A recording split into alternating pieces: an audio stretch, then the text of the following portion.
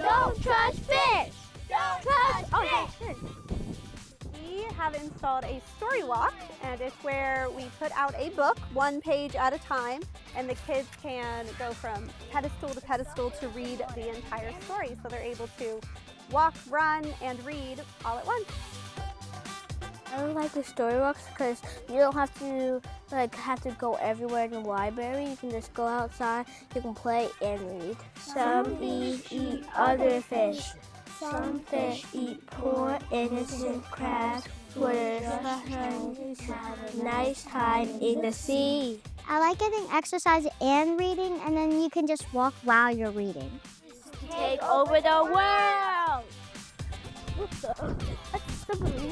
I like playing outside, and I also like reading.